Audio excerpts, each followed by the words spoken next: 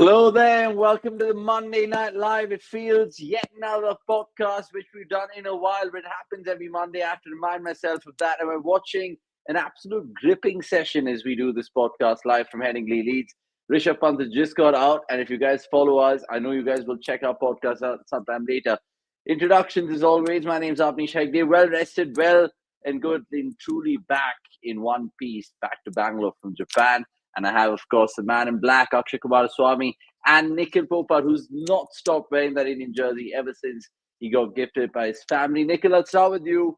Compelling Test cricket, and that's the way we love it.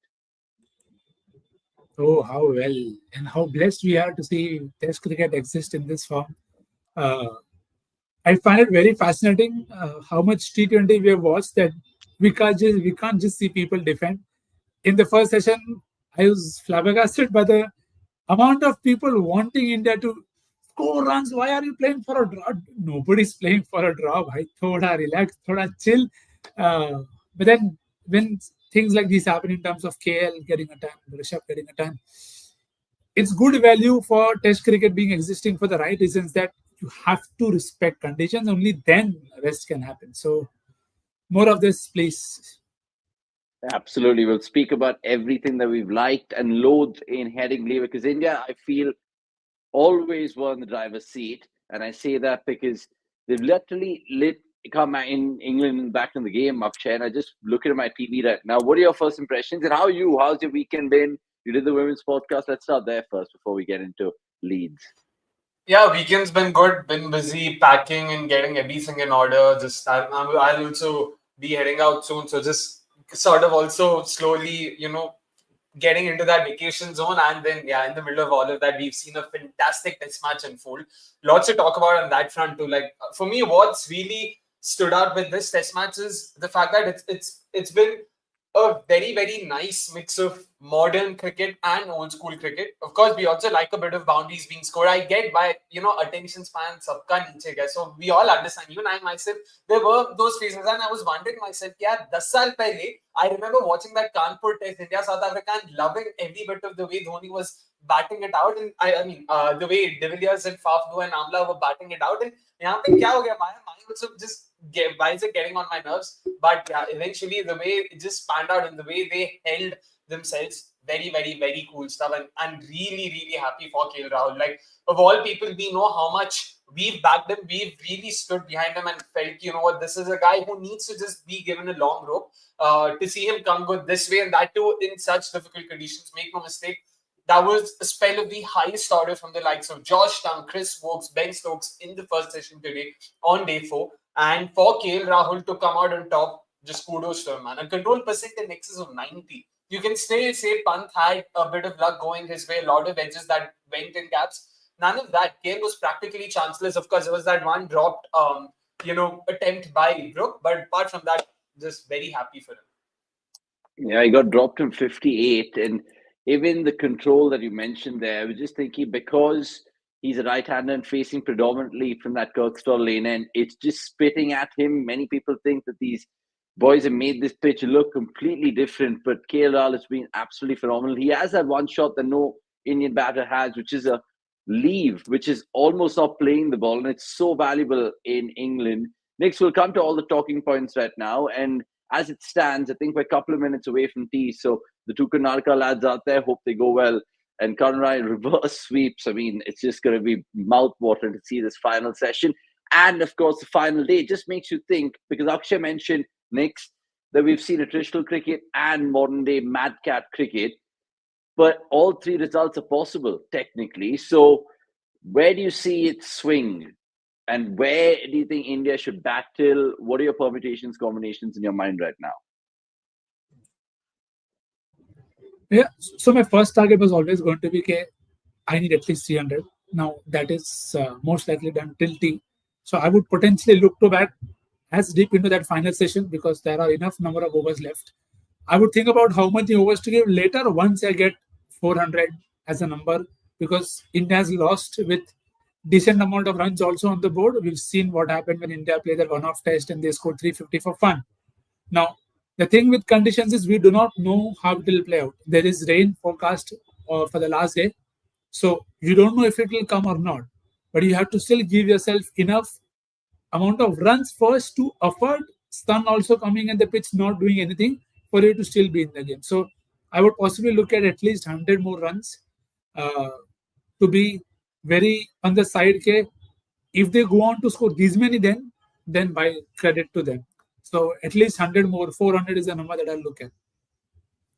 Yeah, you look at the history, at least in the last 4 years at this venue, and it just makes you think about how teams have gone about chasing really well. I know Stokes is Headingley knock comes to mind, but that was 2019. But even since then, a Shea Hope, but the New Zealand also did really well, Akshay. So it just makes you think how much time India need for 10 wickets to be taken. Because remember, we'll come to a talking point, which is Jasprit Bumrah at some point in time in the show, and we'll talk about how those three tests can be shaped in his way for India because he's mentioned that he's not going to be playing more, which is funny to me. We had an absolute debate in the watch along earlier as well, and viewers remember that. Let's start chronologically then, because England, all the talk was winning the toss and potentially getting it wrong there. Do you agree in hindsight, Akshay, with what Ben Stokes decided to do? Is it purely because of history and the pitch gets flat at the bat? Not really. I mean, the pitch has, I wouldn't say it's flattened out, but over the course of the 5 days, it has become easier to bat. So you could see where Ben Stokes was coming from. Day 5 mein agar chase karna hai, so they would be in a better place. And I don't think they were wrong. Like I said earlier too, they bowled well today. It's not, I mean, in the first session, second session, of course, that's up for debate. First session, they genuinely bowled well. On another day, maybe if, with a different approach and a different set of batters, we might have lost 3 or 4 wickets in the first session. And then second session, you might have seen India being wrapped up for 200, 220 and Ben Stokes and his men chasing it down very easily. So I think we've seen superior cricket being played by both sides. It's just that India has come out on top. And again, I'm not jumping to conclusions over here and saying that India will win the game. But basically, so far, it's just that India has managed to, weather everything that England have thrown at them. Which is why it seems, in hindsight, England should have probably opted to bat first. I don't think so. I think it was a fair call to bowl first, given the conditions and how it was. And also, again, make no mistake, both sides, the feeling has also been very bad. So it's a bit of a mixed bag on that front too. But all in all, if even right now in hindsight, if I was told, yeah, win the toss, would have opted to bowl first, I would still say yes. Okay, and they batted first, Knicks. And India, I mean, we look back at this test match, and again, many people will forget how important Jaiswal and KL were in that first hour. They went on to put up a really good stand, and pretty much comes back to the latter. I know Jaiswal, again, phenomenal props to him. We'll come to him in terms of good and bad. Bad being the catching, but good being the only player to now score visiting ton in England and Australia in his first test, which is absolutely remarkable. But KL and setting the tone in this first test of this series, so much about his batting position. He got pushed and pulled in the BGT, but I'm pretty sure now with the 42 and the 100, whatever he gets today, it just speaks volumes about how he's Mr. Dependable in many ways for Team India. Yeah, I'll just say welcome to the club. I've been on that boat for a long time. I only wanted him to get a good spot. And again, there will still be questions. I'm sure people will come at me and say, why he always scores in the first test and then it tapers off. Fair, of course, fair query. We'll see about that later once it happens. But I don't think he could have begun in a better way.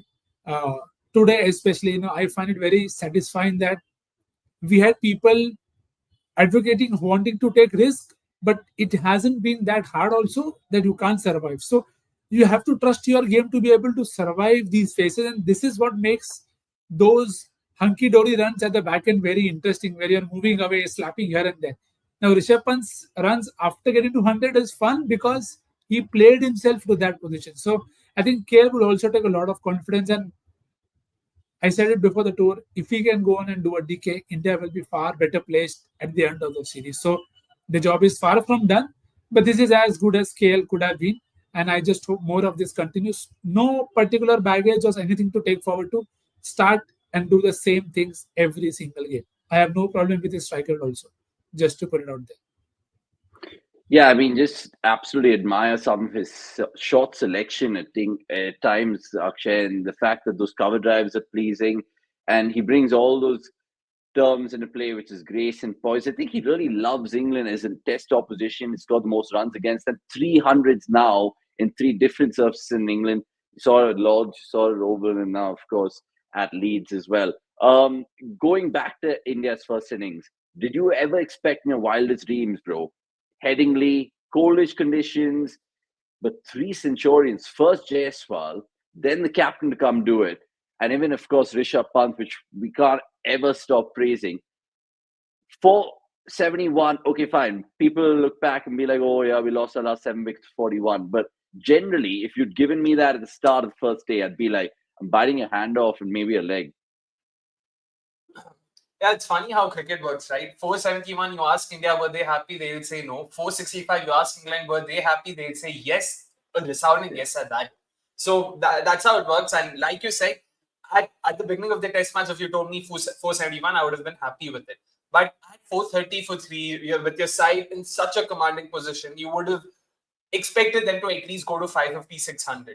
Wahan pe wo nahi hua because you want to get to a score from where you practically ensure that win and draw would be the only two possible, outcomes of the test match. And once they were bundled out for 471, you knew you'd left the door ajar, and that was enough gap for England to come in, and they came back in. You saw the way they batted, and that's how they are going to be throughout the series. Make no mistake about it.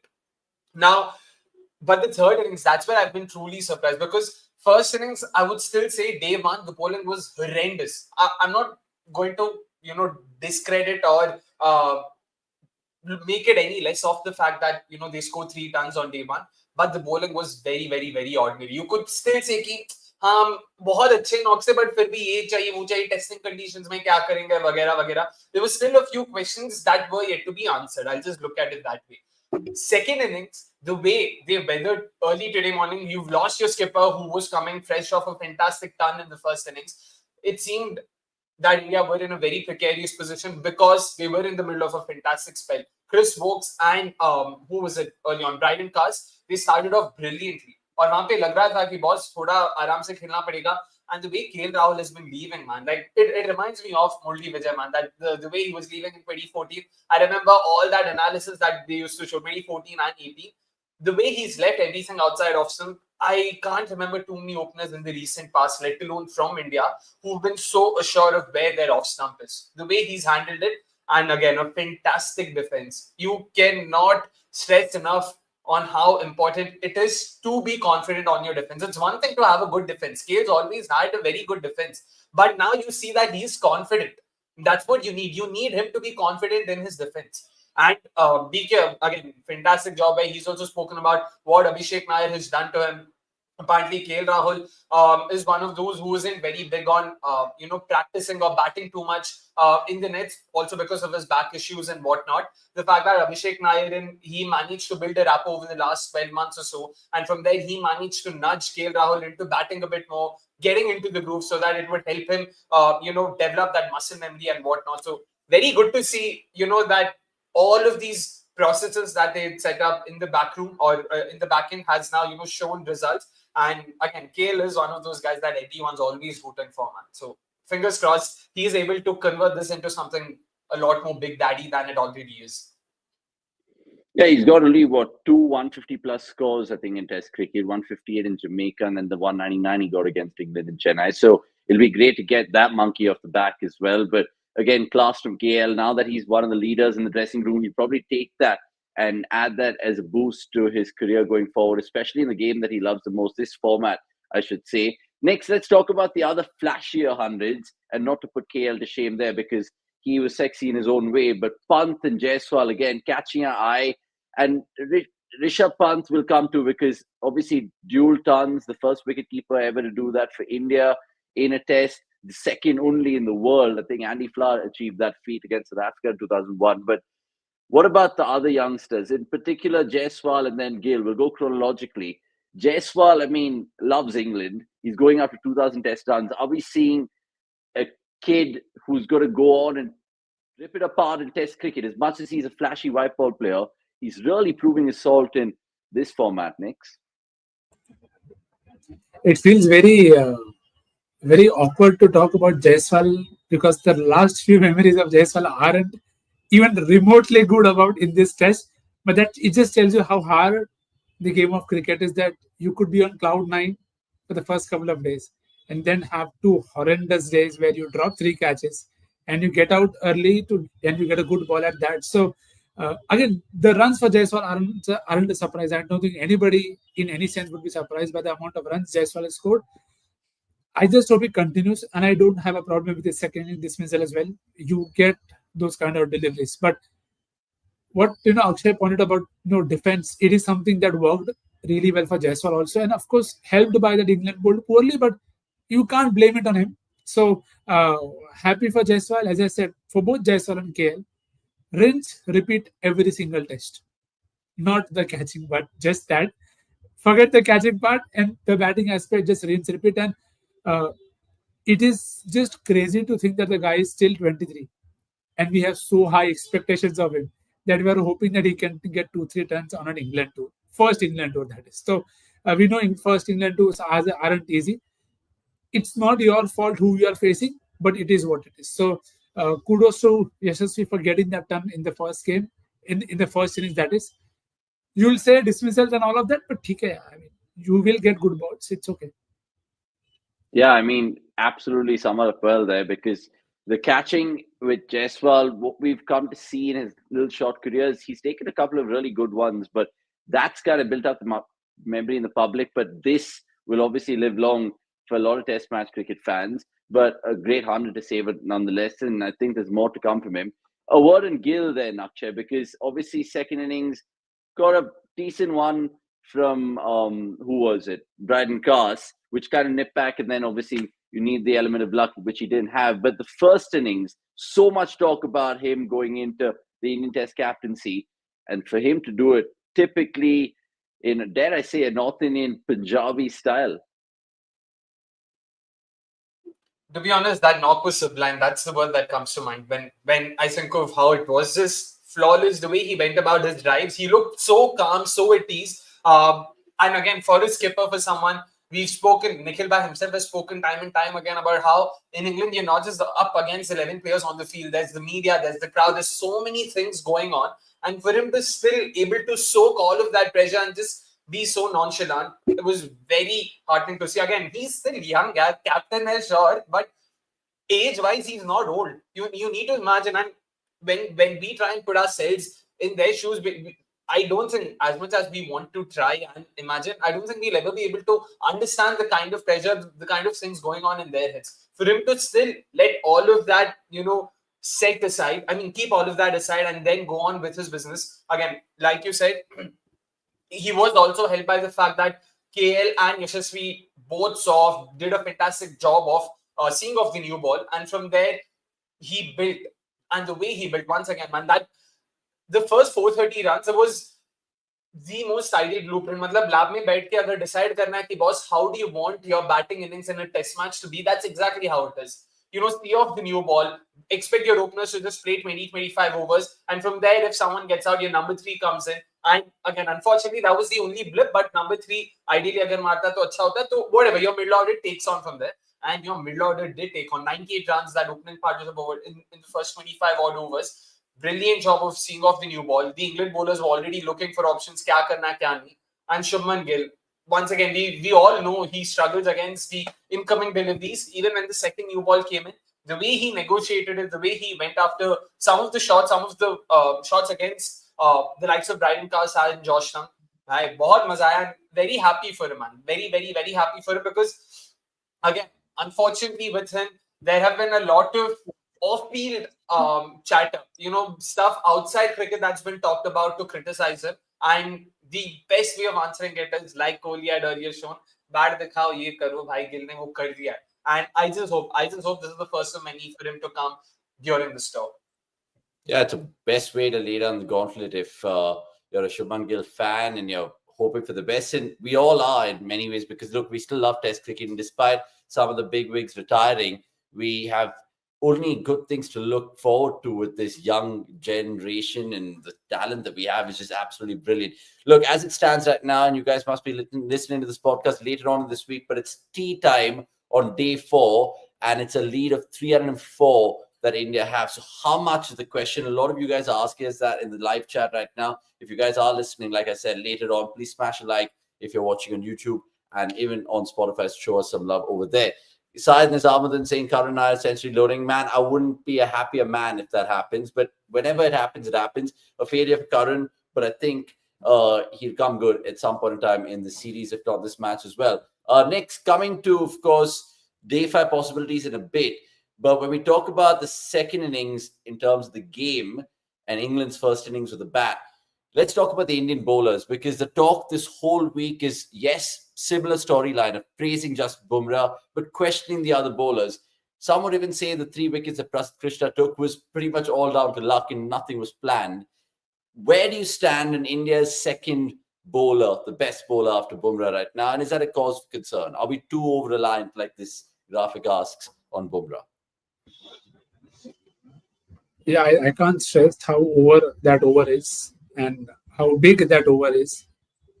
Again, it's not that the comparison is unfair. I don't think you can compare them to Bumrah. But my primary problem with anybody who's not Bumrah is I don't think we can keep affording to have people taking 1 hour to find out where to bowl. It absolutely infuriates me. ठीक है, Bumrah can do it in his first over itself. ठीक है. But how can the other entire bowling attack take 1 hour to understand where to bowl on a wicket? I feel that is just very, very... And it's not first time it's happened. It's happening since South Africa. It happened in England. Now it's again happening in Headingley, where it is known that you have to bowl fuller. So either you pick people who can bowl full or ask the people who are playing to bowl full. Because if you pick people who can bowl short and they ask them to bowl full, it is unfair on the bowler.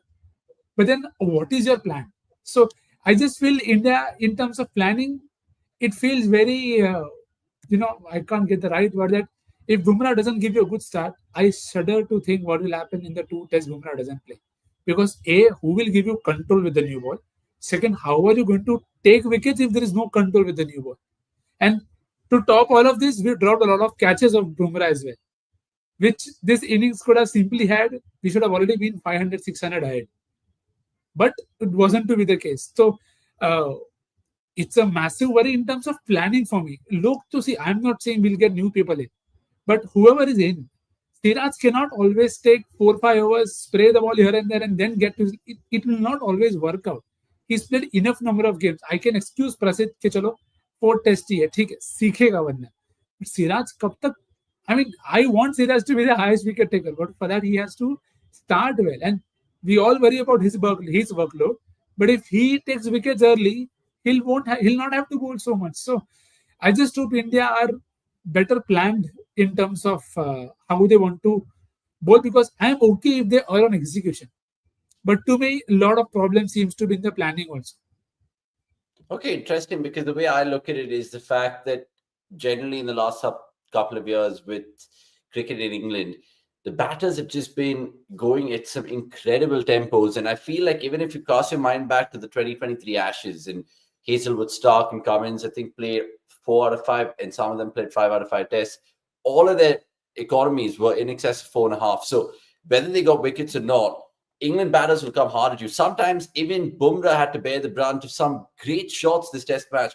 I mean, the Harry Brook one, coming down the track to Bumrah and then playing him through the covers, is just unbelievable. It's telling you how the game's gone so quick. And someone like Bumrah as well sometimes could just be, I don't know, not completely extinguished, but maybe taken apart. I just want to put this stat before I come to Akshay about India's bowlers. Most wickets that India have had, of course, for Test cricket since 2021. Ashwin obviously retired. Bumrah second on that list. Jadeja 107. This is, of course, cross conditions, so you'll expect those 3 to be in the top 3. But then there's Siraj, who's India's traditional workhorse right now, and the other 2 don't feature in this series. Is that reflective of the numbers, Akshay, with Siraj being probably the second best bowler that we have in artillery right now? And did he get it right for you at all at any point in time in his spells in the first innings?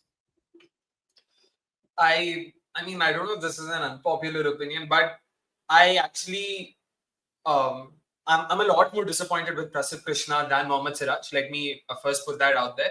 With Mohammad Siraj, if you guys remember, and even Nikhil Bhai, if I'm not wrong, he himself also spoke about this last episode. Jhan pe we were talking about who should bowl with the new ball. We both were of the opinion Mohammad Siraj shouldn't be a new ball bowler. वो है भी नहीं. Last time भी हम मतलब पिछले tours में भी वो नहीं था. And even in the first innings of England, if you observed, Mohammad Siraj struggled with the new ball.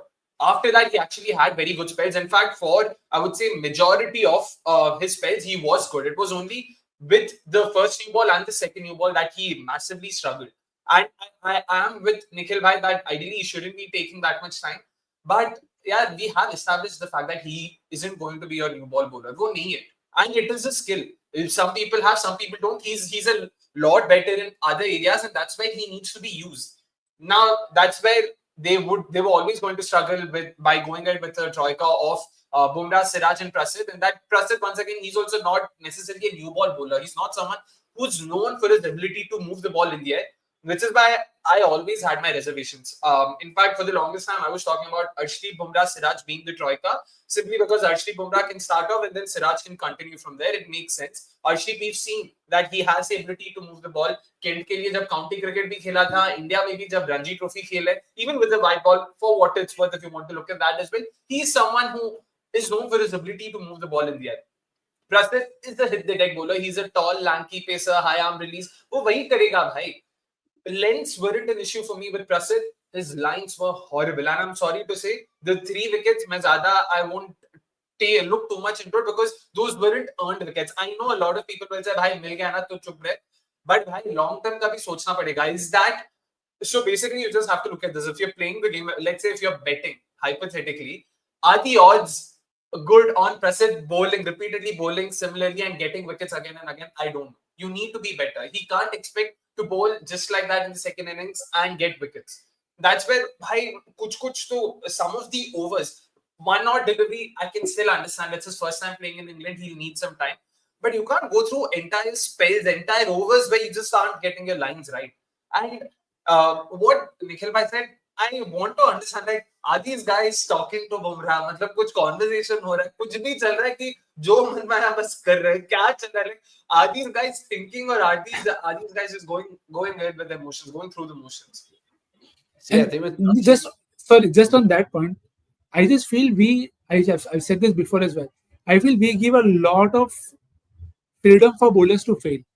I don't think that should be the case. We have to hold bowlers accountable also. Okay, do I need to go and tell to Gill, okay, don't edge the outside of fourth stump line? And then why should I go and tell Prasidh Krishna or Mohammad Siraj, okay, this is where you should go? You also are accountable. Why would I rely on Abhishek Nair, Bharat Arun, and everybody else to tell me where to go? You are a bowler. You are watching the game. If we people who we have not seen Test cricket, we have not played Test cricket, but if we feel that you are not getting your lines right, surely you also know that more than us. So definitely you are having plans. So either you are executing them way off the mark, or अगर Prasidh Krishna wants to bowl इधर short ball डालने का है, तो भाई उस क्यों? And then you played Shardul Thakur for what? You can come in the press conference and give dialogues, coach, captain, everybody involved. Okay, we'll play 5 bowlers, but you can't be 4th bowler and 5th. Oh, we have some. Oh yeah, Shardul. You wasted Shardul. The guy, if you look at his Ranji record, he's taken wickets with the new ball and the second new ball. And when does he bowl? He bowls with a soft ball. जब कुछ नहीं हो रहा, मतलब वाह. Top usage, sir. See, I think with Shardul, I think they've really called it wrong, but he still could come good in the second innings because it's not a full gremlin-like pitch right now, but if he just bowls wicket, and if Gill gets it right in terms of his introductions at the second innings, you never know. I would have personally played Kuldeep because England struggled against Kuldeep even in that final series, and it is breaking up. And there is Jadeja, there is, of course, the premier fast bowler in the world, Bumrah, that we have to get whatever we have. So, of course, tea time has ended, and I know you guys will be tucking into watching this test, but, of course, plenty to still like on Monday Night Live. We'll come to some good other pertinent points that we want to raise as well. Jaydeep, welcome to the show. AJ Ragranok, you have some good points that you're mentioning over there, which we'll all take, and if we do miss them out, we'll take it in the 12th man comments for sure. Prasidh Krishna, just to finish off in him, my observations, similar to what the boys have said, and even if you look at his whole package, yes, he's tall, he's probably a replacement for Ishant Sharma in the sense he gives you that height, gives you a good nip backer. The only evidence that we know as Indian Test cricket fans was what Sydney in a particular spell. He got a 3 for something like that. But again, me and Akshay and Nikhil pretty much were on the opinion of starting with Arshdeep because of just the fact that he can swing a new ball. And even if you look at Siraj's numbers with the new ball this time around, shocking, absolutely shocking. So lots to really kind of go through with the bowlers. They will have their motions. Like I said, every bowler has found it tough to come to England and then get it right, especially with baseball going so hard. So it'll be interesting to see how that really unfolds. A few other things that we want to talk about. And one thing is, of course, the drop catches. And that was been absolutely evident, shocking. And I don't know what attributed down to. Maybe it's, of course, a newish slip cordon, but Curran's got well. KL's a good, safe pair of hands, but it is Jaiswal invariably. And again, I just want to show you some stats because our men out there in the lab were working out, pulling out these numbers. And you look at the fielding since 2021 tests for India and the catches and the amount they've dropped as well, and overall in their catch efficiency. So 2021, their catch efficiency was 78%. And it never went above 78% until 2024. So clearly it's been going in and about there. They've, of course, changed personnel in terms of coaches with Archie there and T. Dilip. We'll just get the boys to reflect on it. Is it all Jaiswal, Akshay, that we're going to be hounding? Because Jadeja dropped one, and you might see more in this series. We know how hard it is to generally fathom being a fit slip fielder in England because it's cold, hard hands, and all of that. But it's concentration, and I think that's the key word for Jaiswal, at least. Yeah, I'll cut him some slack because once again we've seen that he is a good fielder over there. He's a safe fielder over there. We've seen Australia, we've seen even West Indies for that matter, like and South Africa. Like he has been a good fielder there. Jadeja तो there's no ठीक है one off होता भी अगर जडेजा का वो एक catch पे हम लोग उसको गाली देंगे तो then I don't know, we have to really rethink the way we look at cricket. With Jaiswal, what really struck me was the way he dropped the catches. His hands never really reach there. Like it's again, I'm sorry. I know I'm not someone who's played professional cricket. This is basically what I saw, what I felt I saw at least. It's one thing ki you are in the right position, you have cupped it, it reaches the palm of your hands, the mitts that they say, you drop it. I understand. I mean, when I say I understand, at least you've gotten the basics right. Uske baad wo thoda ho jata hai kabhi kabhar. In this case, his hands never really reached the position. Like he was almost always padding the ball like a goalkeeper, like a football goalkeeper. And that's when I think first innings, it takes a bit of time. He's also coming off of an IPL. He's played a lot of cricket. There's not been a lot of rest. So I still think that thoda time usko chahiye, just to get used to these conditions. And of course, first time that he's also playing in England. Aisa nahi ki bahut khel chuke hain yahan pe. So I would give him a bit of I cut him some slack. I don't know if it's him getting late on the ball. Was he reacting to it late? Was he not expecting? There were a couple of half chances or things also that he wasn't able to cover entirely. So hota hai, just one of those days, and unfortunately he ended up having 5 attempts. And that's what makes, he ended up having 3 attempts, and that's what exacerbates the whole issue. Agar ek aad hota, to fir bhi it might have slipped through the cracks. The fact that it happened on multiple occasions, that's where, it was just one of those days where the ball kept following him. But I think he'll come back. Like, these aren't issues that, these aren't fundamental issues in that sense. Like, wo hota hai kabhi kabar, I'm expecting him to come good. Baki, I wanted to listen to what the comms had to say. Unfortunately, I could not hear more on it.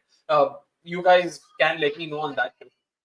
See, the one thing that I would point out is because he's such a good batter, he's not going to get dropped. So obviously he'll have to field close in this format, and that will probably haunt him. Series where he'll have excellent catches. Sometimes he might have nightmares thinking about the ones that he's dropped, and I just hope it doesn't have a mental repercussion on him.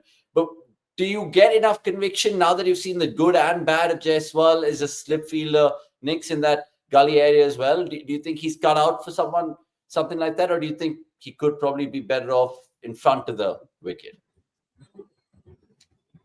We'll have to see more. I think the second innings might also help. I think Gully is fine for him.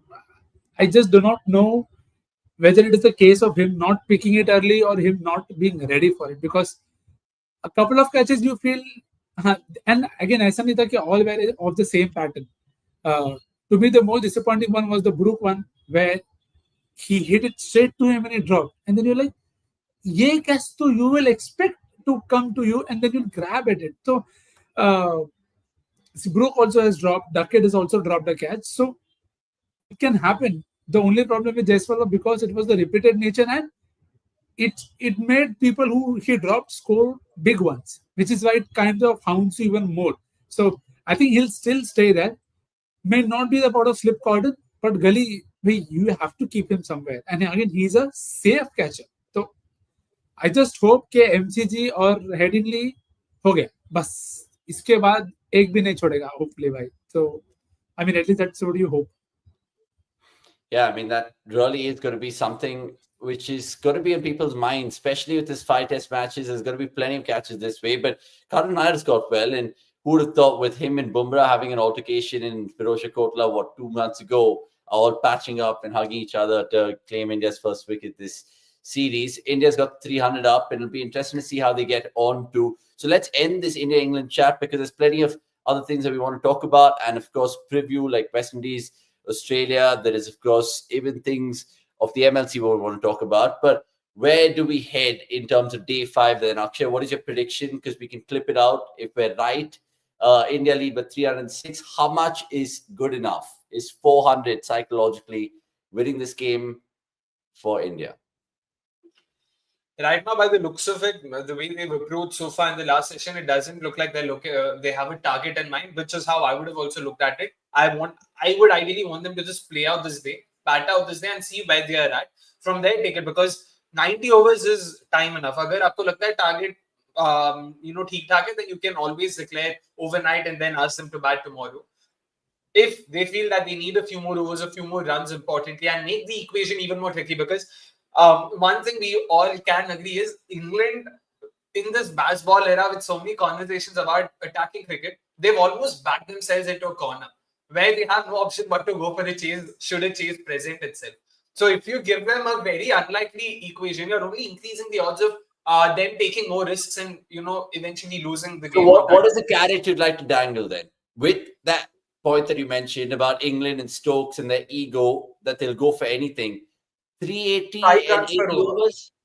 5 runs per over, that's the minimum. So 480, it can be 450, 90 ideally. Agar aaj hi wo 150 run aur bana de to nothing like it. Nahi to 480, I think is realistically possible. I mean, that means India needs to score another 100 runs in the next 30 overs, which I think is very much doable for them too. And 400 in 80, matlab England won't have the chance to weather the new ball, and then we'll see how it goes. I don't think they'll play for a draw in that case. So it'll make for definitely very entertaining viewing. And फिर देखते हैं जो होता है. Yeah, they won't die wondering. And Nick's, my question to you is, even if it's 400 that they need to chase with 80 overs in the bag, that takes out the equation of a second new ball that India needs. So India need to start deadly. And sometimes you can probably even think about Zach Crawley and Ben Duckett just giving England a crazy start, 80 for none, 100 for none. And India then have to kind of fall back on Jadeja, new things to kind of figure out apart from just Bumrah being bowling at them constantly. So 400 also is not safe. Is that fair to say? I don't know. I never thought this line is something that I would ever hear in my life. And again, we have seen no evidence of this being done. This is just again, taking into account what England can do, and we don't even know how the surface will be. We can already see the ball spinning enough of Bashir from outside off. So you can bowl Jadeja, ask him to bowl wide if they are going for a lot of runs. Get Jadeja to bowl outside, very, very much outside off to Zach Crawley and see if he wants to score. Or you could go outside leg, use the rough outside the leg stump, and even get the ball to spin from there. So I think the possibilities are endless. But the one thing that I don't want is drinks ke pehle tak no masti. First, get to 400 and then see how conditions are, how England are feeling. They want to chase. Just be very sure of your bowling plans, that be ready for an attack. Because that's what England will do. Zach Crawley, Ben Duckett will walk down the wicket and try and put you off your lens. But if you react to it very early, then I'm going to be very scared for you, because then you're already losing to them in your mind. So I just hope they are very clear that 400 के ऊपर जितना भी बने उतना bonus, and then be very confident about the chase. It's them who has to chase. You do not have to defend. So have aggressive fields. Okay, have in-out fields, but be very sure of your plans. So I think India did bowl really well on the first day, in the first innings. It is just the catching that let them down horribly. So I just hope they continue that and उसके बाद जो होगा सो होगा. Yeah, I just want to be very sure that India get their tactics right, especially with the ends, Akshay. Even the ones which have posed problems to the batter have probably been from that Kirkstall end. So do you kind of give your best bowler from that end, i.e. Bumrah, or do you say, listen, Bumrah can bowl from bloody any end of the world, so you give him the opposite end and then hope and pray with Prasidh Krishna and Siraj and Shardul, for that matter, to come into play from the other end? No, that's a tricky one because there's fair arguments rather to be made on both sides. On the one hand, you would want to maximize Bumrah's efficacy. If he gets the better end, the odds of him getting more wickets go up because he is your wicket-taking option. Correction, he's your only wicket-taking option. On the other hand, you can also, like you said, say कि यार बुमराह तो बुमराह उसको and से फर्क नहीं पड़ता तो उसको दूसरा and they they. Let's try and give Prasidh and Siraj the best possible chance of them coming good. And that's where I hope यार मतलब कि baseball era ऐसा पता when they are going to attack, especially yesterday with the second new ball. What disappointed me most was, batters are attacking you. Firstly, Gill did not bother bringing Jadeja. I don't know for what reason. I was very surprised that Jadeja had bowled well. He was giving you control importantly. Why didn't you continue with him? We don't know. And secondly, yaar, kuch to try kar lo. They are batting like T20 batters and you bowl like T20 bowlers or something. I'm guessing Nasir Hussain also spoke about. Try slow ones. Try something else. Try bowling Yorkers. Kuch to karo. Why are you still bloody hell just bowling into the surface and expecting you can't keep doing the same thing and expect the result to change. Thoda input abhi change karoge tab jaake output change hota hai. Like, unfortunately, that's what was happening. They kept bowling the same thing, expecting that something else will happen. No, bhai, wo maarte jayenge.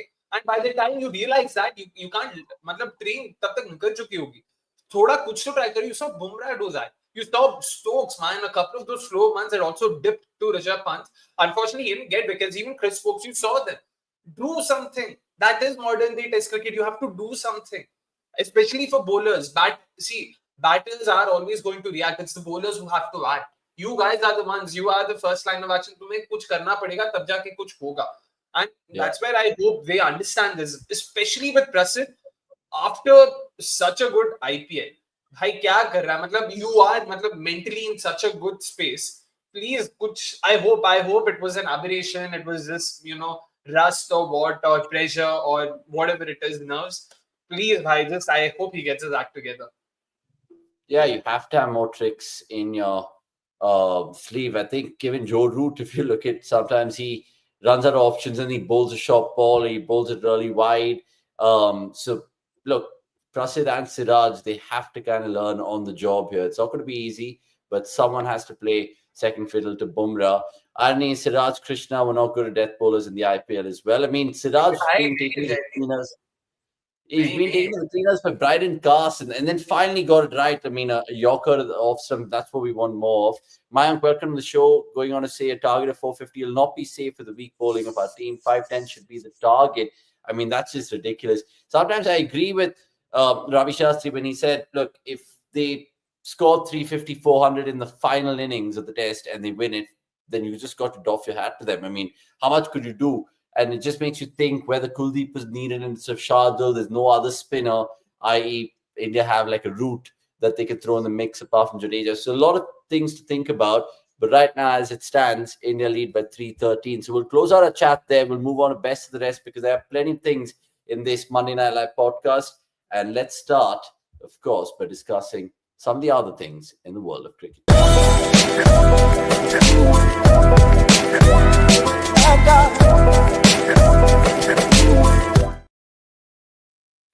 Right, we've seeing some absolutely crazy things come out of the MLC. We'll start with the Major League Cricket, which of course is coming in a week 2. We've seen Faf du Plessis score 100. We've seen the highest score apparently in the league's tournament and other fascinating things. I think Mitch Owen also doing a splendid all-round performance by the looks of things. So, Nick, over to you then. What have you observed in the MLC? And have LAKKR done good things this time compared to all the things that you were telling me about them last time? They've surely got things good things with them. The people will be worrying कि ऐसा मैंने क्या share किया. They just won their first game. Let's at least give it to them for that. Seattle Orcas aren't doing well. इसके अलावा unfortunately everything has been highlights only because plenty of the time during the day goes following other leagues. But yeah, Mitch Owen is doing good things. I'm very interested to see how he goes in the IPL because I expect him to get a bigger role next time. I also feel Finn Allen is just sitting there. The IPL contract is coming clearly, and for Finn Allen to get consistent is also good news for him. So let's see. Evan, you are doing good things. Pollard getting good cameos on almost every inning. So that is also good thing for. I don't know Just who, one thing, but yeah. correct me if I'm wrong. Finn Allen has scored 300 odd runs. That is strike rate to 250. 250. 250 ka He's been strike very rate. good. Crazy. Crazy. Yeah, true. He's been very expressive and aggressive, and again, that's what you expect from Finn Allen, which is good. That's how you want him to bat. I saw highlights of the last CSK game. Like Chandan has mentioned, fourth bowler Marcus Stoinis, fifth bowler Donovan Ferreira. Ferreira ने चारों डाला है क्या भाई यार? गजब bowling करता है. If Daryl Mitchell could defend against MI, so Donovan Ferrer is a better bowler. Some wonderful and strange things in the MLC for sure. Apparently, Washington Freedom doing good things as well. They chased down the highest target in the tournament's history, and Ricky Ponting's there. So, social media game, they've got that sorted as well.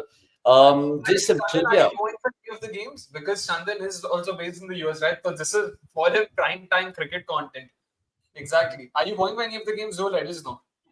Oh yeah, absolutely. Chandan is a Dallas boy, I think, so he should probably be getting some games over there. Pratibha on X asking us, with just a session left in tension building, would you back India to pull off a miracle or this match heading to a stalemate? I'd still back India here. I think Winwiz predicts India as well, but we've just finished our India-England discussion, but we'll take all the other questions that we missed in the 12th man for sure. But appreciate you joining on Twitter. All you guys watching on Twitter, jump on YouTube and give us a like there because we really want that to kind of really do well. Coming back to the MLC, some trivia. So Faf du Plessis scored 100 for his team this week at the MLC.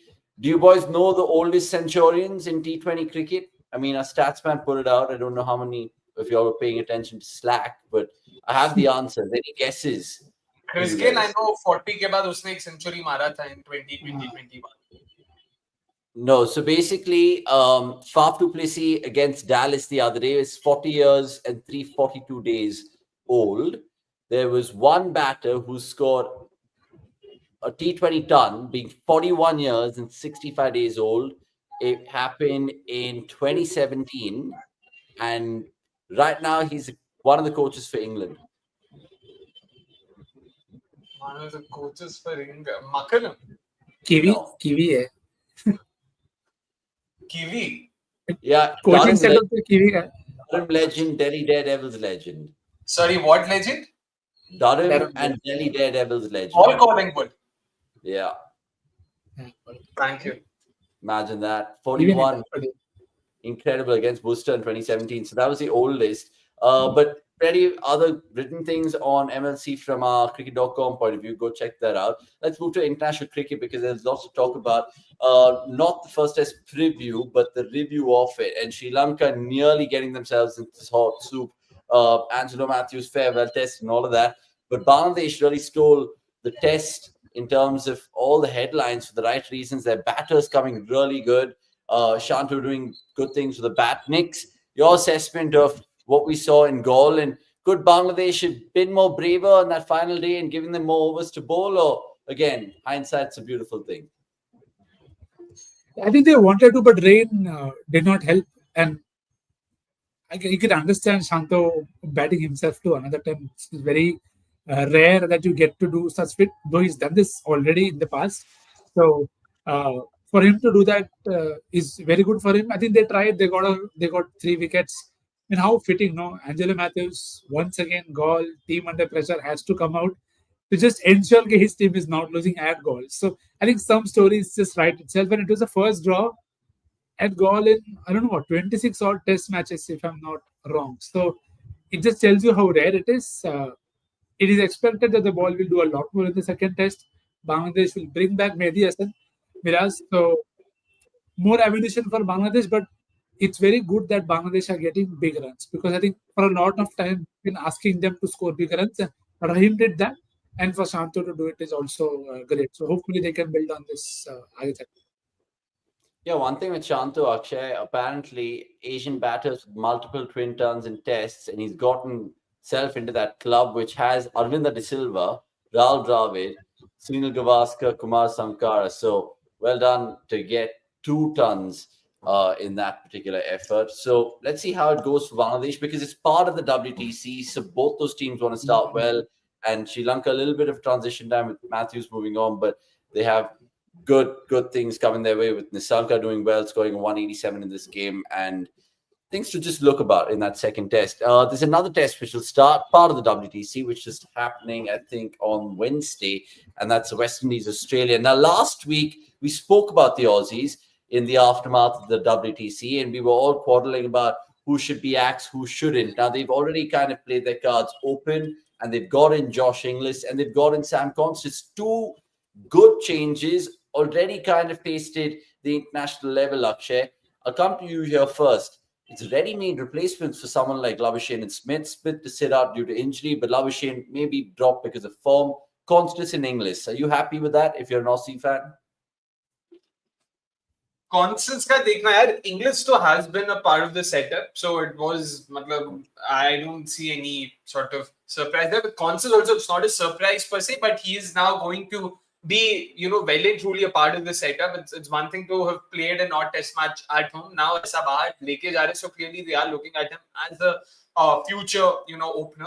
So I want to see how he goes about his business because घर पे at home and that at Sydney and all, which is where he's from, खेलना एक बात है. Now overseas, I know West Indies might not be the strongest of attacks, but make no mistake, the last time these two sides played, we got what is started to be one of the greatest test matches one has ever seen. So I'm hoping that they are able to do some good things at home as well. The Windies, that is. With Sam Constance, looking forward to how he goes about it. I was reading an interview of his recently where he spoke about how he is planning on learning from the mistakes of his seniors and he wants to do well and whatnot. Aggressive gameplay. He is the quintessential modern Test cricketer, wherein he's not one of those who will come in trying to block the new ball or weather the new ball and then take on bowlers. Nothing like that, भाई. बुमराह देखा new ball के साथ तो भी scoop करेगा, कोई और देखा तो भी वो try करेगा. So interesting tactics. Australia haven't exactly been one of those aggressive batting units. They in fact were one of those rare sides who stuck to their old school cricket, the way they played, at least test status, barring one or two options in the middle order. So now this is also going to be a refreshing change in some sense and an interesting change in another because you don't know how's it going to work. And I guess, yeah, this is one of those low risk options कि भाई West Indies में experiment कर सकते हैं because you've got enough experience lower down to ensure कि अगर ऊपर वाला experiment काम नहीं करता, you can still rely on your experienced pros to get them through. Okay, I mean, for West Indies, Knicks, how do you kind of assess them? Because again, new cycle, every team starts on a clean slate, and they've made some good changes with, of course, bringing in Brandon King. They've got Shea Hope. Akima Roach has gone out of selection for them, and I just hope they give Australia a good run for their money in terms of just winning one test. The final test, I think, of the series is a day-night one, and I think that's in Kingston, Jamaica. So there could be, not a straightforward result in this Frank Worrell series. Yeah, I genuinely hope so. And see, the pitches also in West Indies haven't always been very high scoring. You ask England, when was the last time they won? They'll tell you a lot. Been a while. So, and there are good bowling options. You have Alzari, you have Shamar. There is Jayden Seals, and can't wait to see how Seals bowls to Constance and how Constance plays it. मजा आएगा देखने को. And of course, my favorite is going to captain West Indies, Roshan Chase. So very high expectations from me. He'll just find a way to make an impact both with bat and ball. So hopefully, good decks is my first requirement or Duke's ball in West Indies. So it always does a few things. So hopefully they can really put in a good show team performance. क्योंकि एक शमार Joseph अच्छा था. Multiple Josephs doing well will be good. Yeah, I really want some pace bowler to come good. I think Addison Phillip, who's played a lot of county cricket, has got a call up here. He's not as quick as Shamar, but he'll probably give you some consistency as right on pacer. And one guy returning to the ranks, I think, is John Campbell. And if England fans remember him well, because in that 2019 series that West Indies won, he was quite good at the top of the order with the bat in hand. So look, lots to love in that West Indies Australia series. 3 test matches, and hoping test cricket just gives us a great advertisement that we all want. Speaking of tests, let's just quickly also talk about Zimbabwe. South Africa apparently playing a test series there. Not many survivors from that WTC win, because there's, I think, Ngidi, Kisha Maharaj, who'll captain. There is Wian Mulder, who'll definitely play, because Ngidi's the out-and-out pacer. And then they have, of course, Tony DeZorzi and all that stuff, who of course, part of the WTC squad but didn't play. So Zimbabwe, South Africa, is this just going to be another little chance for Zimbabwe to show, okay, fine, we belong here? And if there's potentially a talk later down with the ICC that all the 12 test teams go into a relegation promotion system, there's 2 tiers, then it's test series like this that Zimbabwe can make it count, because South Africa enter this test series as WTC champions, and if Zimbabwe turn them over in Bulawayo twice, it'll just be amazing, even though it's a second string South African team.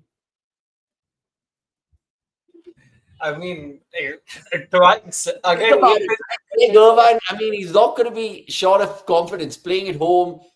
I mean, I know it's a WTC winning side and all that, but really, I mean, I can't imagine Pat Cummins thinking कि इसको Zimbabwe ने हरा दो, हम इनको एक नहीं हरा पाए.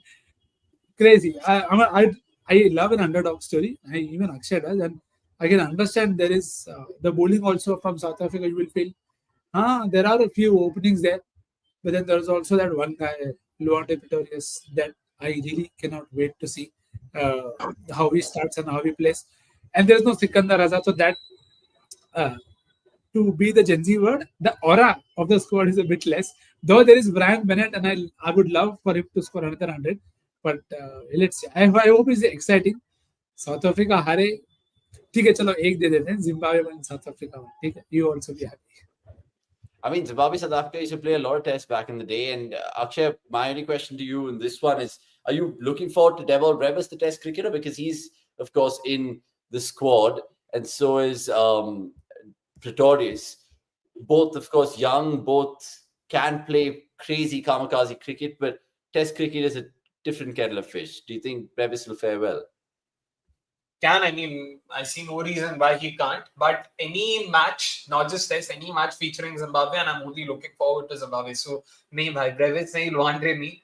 Those stuff dekhenge, अच्छा hai, even if they do well. But unfortunately for Zimbabwe, this is almost the second string Zimbabwe side as well. Like Sikandar Azar, Ben Curran, Richard Engarawa, 3 of their players missing out. That's 3 big names that it's not, names that they can very easily replace. So, which is why Brian Bennett now becomes even more crucial both with the bat and ball. So, like Nikhil Bhai said, definitely one I'm looking out for. And of course, Craig Irvine, ye sab to dekhna hi padega, experience hai.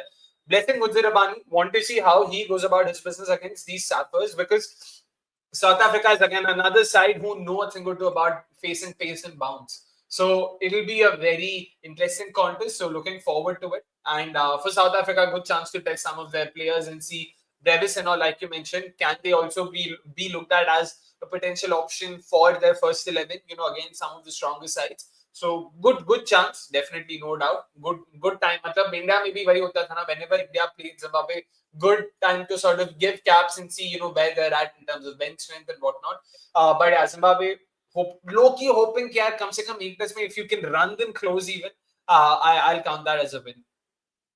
I'll tell you what, Zimbabwe players will be looking at this period in their careers, and they can actually kind of make themselves count, because I think they entertain New Zealand later, but they play a decent series against South Africa first, the test, and then the T20s. So a lot of cricket coming up from them and their home season. What else to watch this week? We'll put that graphic out for you right now, because as you can see, plenty of international cricket along the way, and we've spoken about all those games, so tuck into it. And India-England, I think the second test in Edgbaston, I think only starts on the 2nd of July, so there is time for you guys to do some other watching this week. Right, sticking with cricket and sticking with education, because it comes in the form of How's That next in our Akshay's quiz, and we'll have that on for you right now.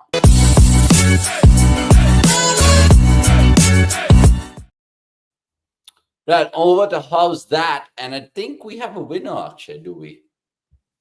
Do we have a winner? We actually do. Yeah, this time Veera was for the second track. The thing first, let's have last week's How's That out.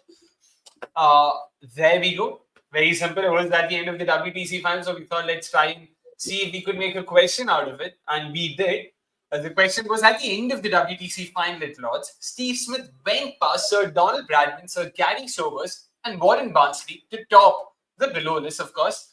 What record were we talking about? That was the question. The record, of course, we were talking about was the most runs scored by a visiting batter at the Lords. And Steve Smith, of course, is now the visiting batter with the most runs at Lords. He went past all of them with that brilliant 81 in the first inning. So good on him.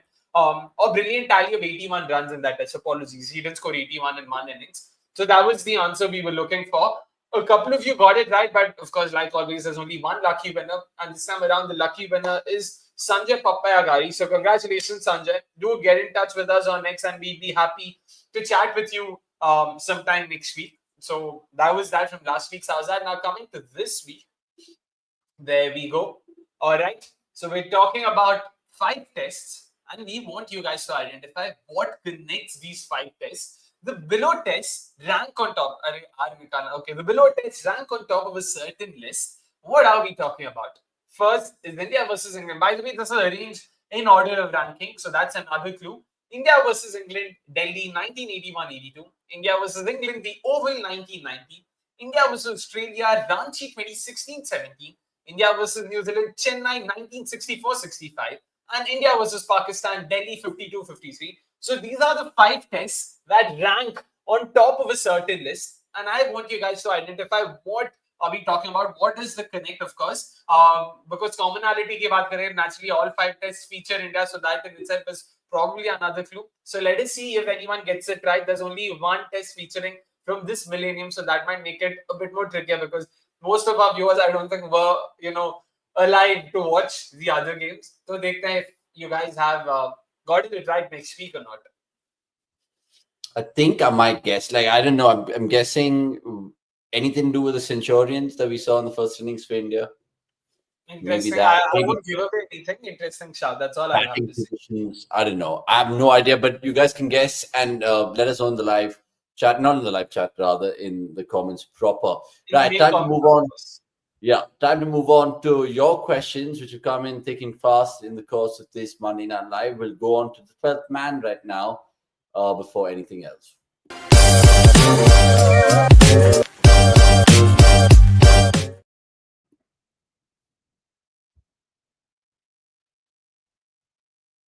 Right. I mean, scary start. Yeah, I thought there was no sing for a second. Plenty of questions coming through. 1 second. So let's start from the top because there were some good questions coming through. Now, one guy asked us just how much is needed. Let's answer that in case you guys have just joined us. Jaydeep saying 425 target and 90 overs. I mean, again, we're speculating. Akshay earlier in the show said 5 and over is what we should give England in this final innings. You boys agree with that now that we've seen even more evidence after tea? Yeah, I mean, I don't think they're looking to score a lot of runs. Genuinely just hoping Karun gets himself into a nice rhythm. He's looking very... I don't know how to describe how that phase has panned out post. Again, it's a new ball, so it will be difficult. But I don't know if we can allow England to play a fewer before stumps. It depends on if we look like we get a lot of runs. We haven't yet, but Naya Bola, it can travel. If they haven't looked also for quick runs. So maybe they're looking at, as Akshay said, take a call closer to the end of day. Pele drink, salak khelo. See where you are, how much you have. But minimum 400, at least. Only conversations after that. Okay. AT Ragnarok saying, any one of you, even if you know, please let me know what the hell Sai was visualizing, especially that part where he was making a box with his hand. Akshay, did you see that? Yeah, it's a very common act, yeah, Rikto, with the ball. Firstly, it's basically them just testing their reflexes. It's getting your hand-eye coordination. It tests your hand-eye coordination firstly. F1 car racers, in fact, F1 drivers do this every time before a race because it's important for them to reflexes and hand-eye coordination. That's how it's the difference between being alive and dying, essentially. So that's of course, and taking it to a whole extreme level. But for batters as well, right? We know how important hand-eye coordination is. So just focusing on the ball and getting your, it's not, I don't think he's visualizing his knock with the ball. He's not visualizing anything. It's just getting yourself into that act, there's Watch the something ball. called the flow state. Exactly. You want to get into that flow state where you're in the zone, where you can time the ball well, your hand-eye coordination is looking good, where you are in that zone to play your shots. बाकी is not ऐसा ball देख के वो ये नहीं सोच रहा कि इसको मैं छक्का मारूंगा या विजुअलाइज वैसे नहीं कर रहा. It's reflexes. It's basically just making sure your reflexes are in check, your hand-eye coordination is in check, and mentally just getting into that flow state, into that zone. Okay. We have another one regarding the test match. Chandan asking us, hey guys, are you okay with such pitches if it ends in a draw? I mean, I think this has been a fair test cricket pitch. I mean, it's not completely been a road. I think we'll probably expect a bigger road or a flatter road, I should say, at Edgbaston, with the evidence in the last 4 or 5 tests that we've seen there. Nix, what do you make of the pitch? And do you think there is a draw possibility as well with this match right now? Yeah, I think it's a tricky one. I don't know if all the 5 pitches will be so good to bat that you'll get 300 score every single day. You will sometimes feel that nahi hona chahiye. First 3 days, 400 is fine. Other 3 days, 300, 200 also should be difficult. But what you have to realize is this is not an ICC tournament. England are hosting. So they will want to play on surfaces that they can chase runs on. Now, if you want to chase runs, so means the deck has to be good enough to last 5 days. And proper 5 days. Up and down bounce bhi nahi chalega day 5. You want to hit through the line. Tak mast aisa. So it could still be that we see such pitches, but even in such pitches, we've seen cloud cover, atmospheric conditions, rain, moisture, everything is played a part. And we already see turn and thoda uneven bounce today. So we don't know how much the pitch will do tomorrow. So let's wait on that. Yeah, with rain around as well predicted, it's only going to either help bowlers or going to be detrimental. Karthik, meanwhile, saying I feel Karan and the others should start taking risks and play a runner ball. KL needs to be there. We can't have 2 new batters at a time. And Santosh Shuruppa, welcome to the chat. And he has one, Akshay, saying, has Shubman's captaincy been tentative so far? What have you liked and what have you not liked so far in terms of his bowling changes? Has he been proactive enough? Has he been himself, more importantly? I wouldn't call it tentative. But again, it's still the first test. He'll also need to get used to, what he wants to do on the surface. So I'll give him a bit more time. It's hard to sort of make sense of, how he is at a captain at the end of just one innings. But overall, like what I can say is, as a player, it's clearly not affected his batting firstly. And on the field as well, while fielding and all, he doesn't seem to be clueless. He's played the part well so far. That I give him. Apart from that, with tactics and all, we need a bit more time. With this one innings, if we start talking about ye galat hai, wo galat hai, then I think we'll be a bit too harsh on it. So right now, I won't look too much into it. Tentative to definitely is not something I would use to describe his captaincy. He's not looked tentative that way. Sure, bowling changes and all, he can get better at it. But it's also a factor of inexperience, right? He doesn't have a lot of experience captaining red ball sides. So we need to give him a bit more time so that he figures, what changes need to be made. How should he go about, rotating his bowlers and whatnot. So, yeah. Next, you agree? Yeah, too early, yeah. And we don't even know if he's captaining or GG, no? So that is also something we have to figure out. How much of this is pre-planned and how much of it is live changing during the game. We'll see that also in the second innings. And even then, I would say, give him a year. Forget 1 or 2 series. Give him a year. Have to be giving him a longer rope for sure. Pratibha had this one earlier for us, whether it will meander into a stalemate. Look, whether it will or not, India are definitely putting themselves in a driver's seat to give them enough ammunition to knock over England and get those 10 wickets. But even England, like I said, won't die wondering. So it won't be one of those test matches where you see people just batting for a draw. There will be some excitement, and I think we will be giving our reactions over the course of this week on cricket.com.